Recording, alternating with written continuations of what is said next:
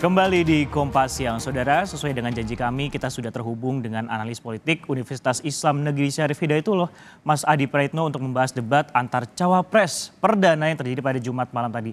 Assalamualaikum Mas Adi, selamat siang. Dalam Mas. Baik, Mas Adi, review Anda debat semalam, siapa kemudian yang paling menguasai panggung dan substansi dari pertanyaan panelis? Saya kira Gibran dan Mahfud MD cukup menguasai panggung ya, termasuk substansi, intonasi, dan gaya komunikasi politiknya yang disampaikan kepada publik.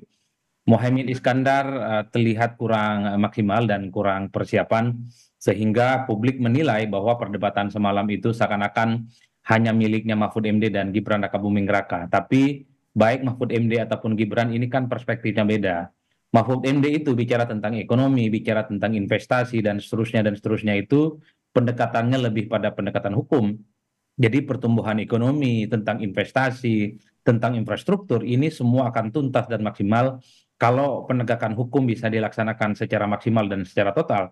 Termasuk misalnya bagaimana mengantisipasi adanya korupsi yang hampir terjadi di seluruh lini. Itu kan pendekatan hukum yang digunakan oleh Mahfud MD untuk menyelesaikan persoalan yang terkait dengan ekonomi dan investasi. Sementara Gibran itu pendekatannya sangat murni pendekatan ekonomi oriented.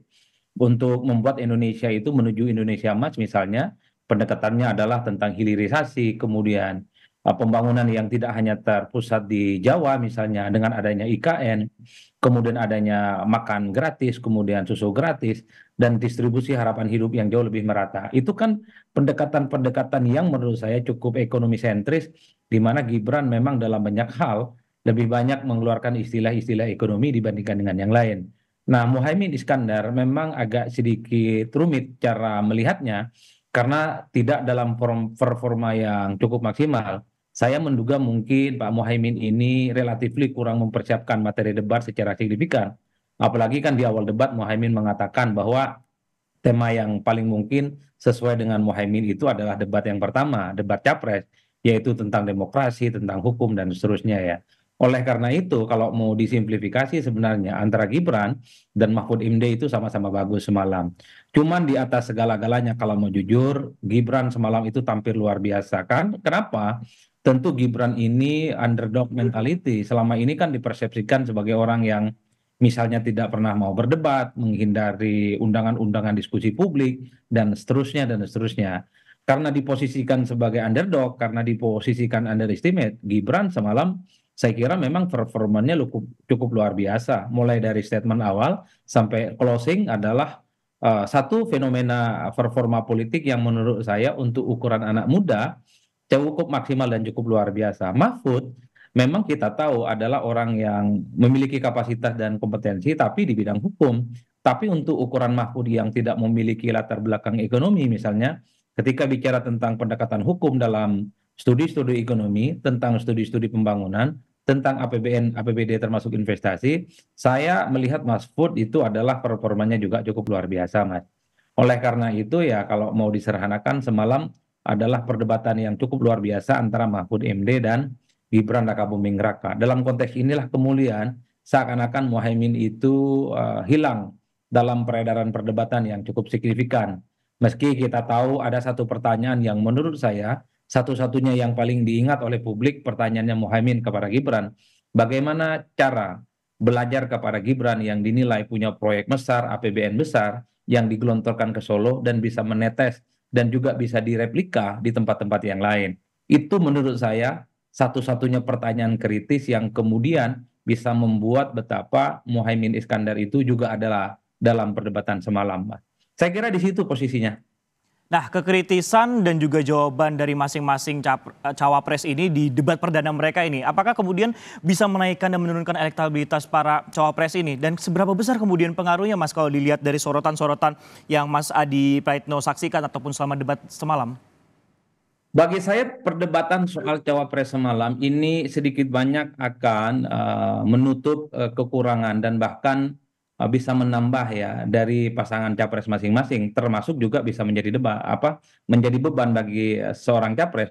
Misalnya ketika dalam debat capres pertama misalnya, ini kan seakan-akan menjadi panggungnya Anies Baswedan dan Prabowo Subianto dan seakan-akan Pak Ganjar Pranowo itu di luar dalam perdebatan itu. Tapi semalam performa politik Mahfud MD kan seakan-akan menutup kelemahan dari perdebatan pertama Pak Ganjar Pranowo.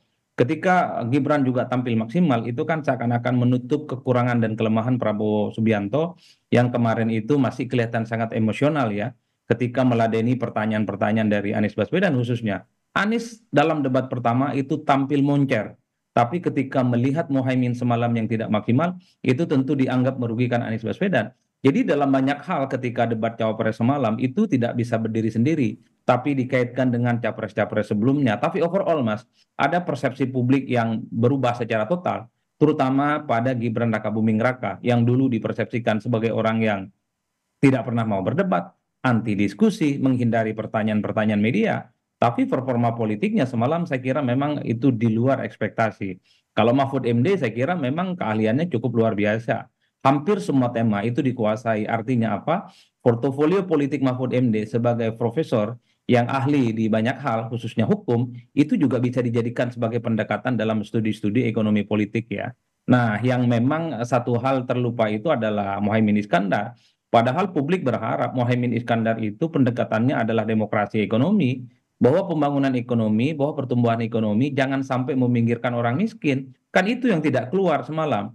Padahal Muhaimin itu jauh-jauh hari sudah mengkritik infrastruktur yang dinilai tidak ramah terhadap kelompok kecil. Di Bekasi misalnya malnya itu besar, hebat, tapi kantongnya tipis-tipis. Kan sebenarnya itu yang tidak muncul semalam. Publik berharap Muhaimin sebagai kubu perubahan akan tampil maksimal, memberikan satu positioning cukup kritis bahwa pembangunan ekonomi, tentang investasi, tentang APBN di Indonesia itu dikelola dengan tidak maksimal. Maka Muhaimin memberikan solusi, tapi itu tidak tampil, Mas.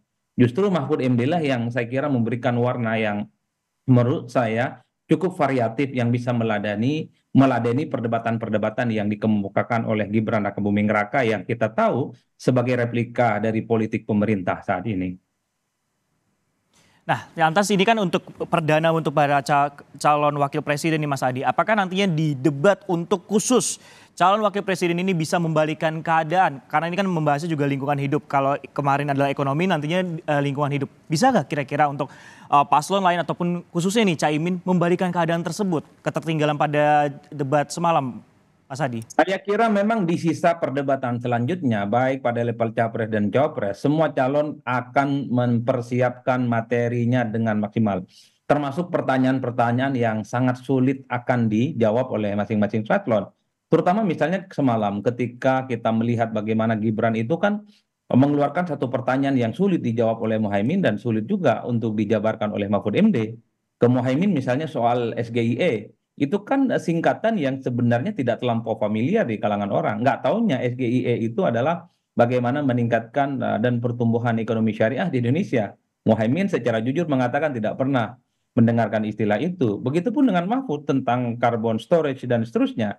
Itu kan adalah istilah-istilah yang sebenarnya sangat rumit dan tidak familiar. Oleh karena itu, pertanyaan-pertanyaan yang mendesak, pertanyaan-pertanyaan yang tidak pernah diprediksi sebelumnya, rasa-rasanya akan dipersiapkan oleh masing-masing capres di sisa 3 perdebatan selanjutnya, tentu sebagai upaya dalam tanda kutip mematikan lawan debat sehingga kelihatan lawan debatnya itu tidak menguasai materi dan tidak menguasai substansi. Kan itu yang terjadi pada perdebatan semalam, Mas. Publik misalnya melihat Gibran itu lebih banyak defense karena khawatir misalnya akan dikeroyok oleh Mahfud ataupun oleh Muhaimin Iskandar, tapi justru sebaliknya. Gibranlah semalam yang tampil agresif, tampil kritis, mengkritik Muhaimin, termasuk juga mengkritik Mahfud MD dalam berbagai isu yang menurut saya cukup signifikan. Oleh karena itu, model debat semacam ini rasa-rasanya juga akan dipelajari oleh para kontestan, baik capres dan cawapres, di sisa perdebatan yang menurut saya itu tinggal 3 kali perdebatan. Pertanyaan-pertanyaan ketujuh direct dan sulit dipahami oleh para lawannya. Berarti akan lebih semakin matang baik itu untuk capres ataupun juga calon wakil presiden. Nah, untuk persiapannya sendiri ini kan menuju ke jelang debat ketiga juga nih Mas Adi pada 3 Januari mendatang. Persiapannya akan jauh lebih matang kalau kita lihat kemarin untuk calon presidennya sendiri. Perdebatan ini hanya terdapat 2 paslon seperti beda antara pertahanan dan keamanan. Ini akan semakin seru atau seperti apa? Mengingat juga salah satu paslon juga Menteri Pertahanan, Mas Adi. Ya pasti akan seru. Kalau mau jujur, debat yang ketiga ini adalah tema yang sangat dikuasai oleh Prabowo Subianto, pertahanan dan keamanan. Tapi justru disitulah kemudian Ganjar dan Anies akan jauh lebih mempersiapkan secara maksimal. Sebagai orang yang misalnya tidak memiliki latar belakang pertahanan dan keamanan, Anies ataupun Ganjar akan jauh lebih mempersiapkan substansinya secara matang karena dinilai Prabowo itu akan menguasai panggung.